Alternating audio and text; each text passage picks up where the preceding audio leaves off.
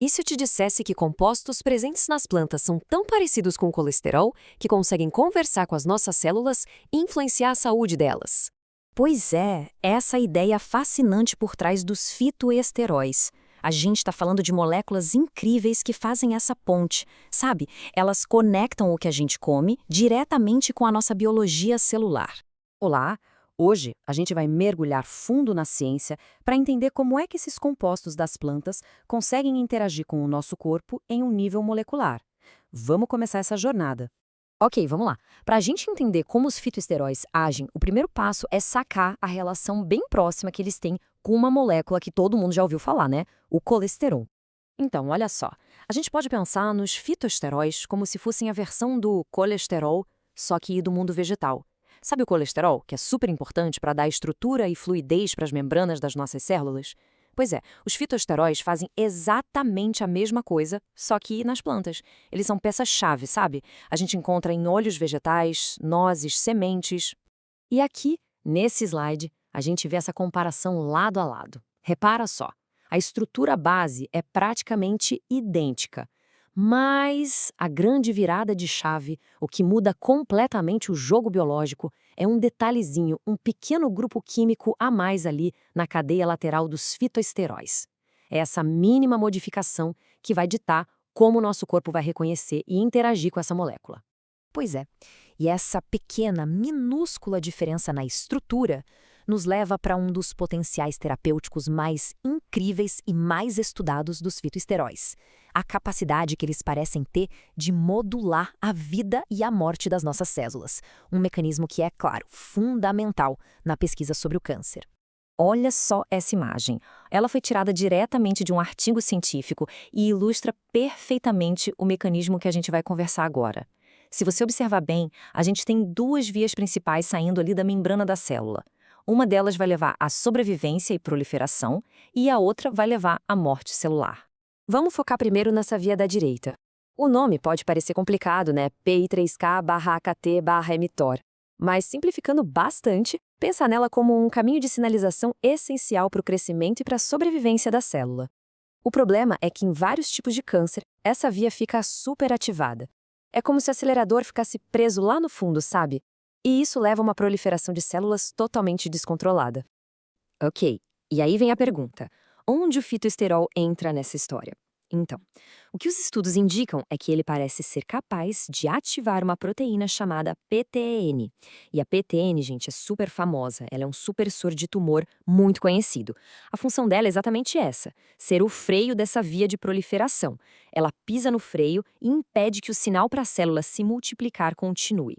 Mas a ação da PTN não para por aí não, é ainda mais elegante.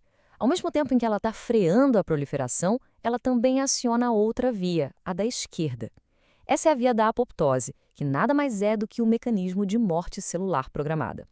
Quando proteínas como a BED e a BAX são ativadas, elas mandam um sinal lá para a mitocôndria dizendo: olha, chegou a hora de iniciar o processo de morte. É um efeito duplo, simplesmente fascinante. Então, vamos recapitular para ficar bem claro. Primeiro, o fitoesterol ativa a PTEN. Segundo, a PTEN inibe a via de proliferação. Terceiro, ao mesmo tempo, ela ativa a via de apoptose. E o resultado final? A célula, que poderia ser um problema, entra em morte programada. É um exemplo lindíssimo de regulação bioquímica em ação. Impressionante, né? Mas calma que a história não acaba aqui. A ação dos fitoesteróis parece ir além. Além de ter essa influência no ciclo celular, os estudos mostram que eles também podem interagir com outro processo que é chave para a nossa saúde, o equilíbrio oxidativo. É o seguinte, o nosso corpo, no seu funcionamento normal, acaba produzindo umas moléculas reativas. São as famosas espécies reativas de oxigênio, ou ROS.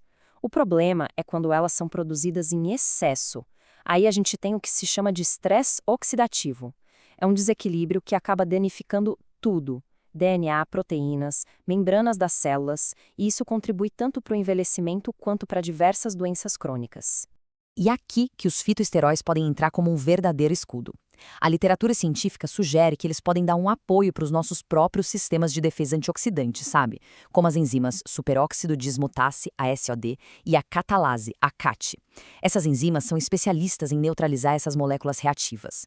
Então, ao apoiar essas defesas, os fitoesteróis ajudam a restaurar aquele equilíbrio e a proteger as nossas células. E olha, a pesquisa sobre fitoesteróis é um campo gigantesco. O potencial deles vai muito além do que a gente já viu. Então, vamos dar uma olhada rápida em outras duas áreas que são bem promissoras. Se a gente olhar esses dois diagramas, dá para ter uma ideia de como os fitosteróis podem interagir com o nosso metabolismo. Aqui na esquerda, o que os modelos experimentais indicam é que eles poderiam facilitar a entrada de glicose na célula, por influenciarem a expressão de um transportador, chamado GLUT4, um mecanismo super relevante no contexto da diabetes. Já que na direita, a gente vê a possível ação deles lá no fígado, onde poderiam modular tanto a produção de VLDL quanto a atividade dos receptores de LDL, o que, claro, teria um impacto nos níveis de colesterol no sangue. Ok, então vamos amarrar tudo isso. O que é mais importante da gente levar daqui hoje? Primeiro, que fitoesteróis são como primos do colesterol, só que vêm das plantas. E segundo, e mais importante, a ciência tem descrito mecanismos fascinantes que mostram como eles podem interagir com as nossas células, modulando desde a morte celular programada e a defesa antioxidante até a regulação do nosso metabolismo. Se você gostou de aprofundar nesse conhecimento hoje, não esquece de curtir, comentar e compartilhar. E para fechar, fica aqui uma reflexão.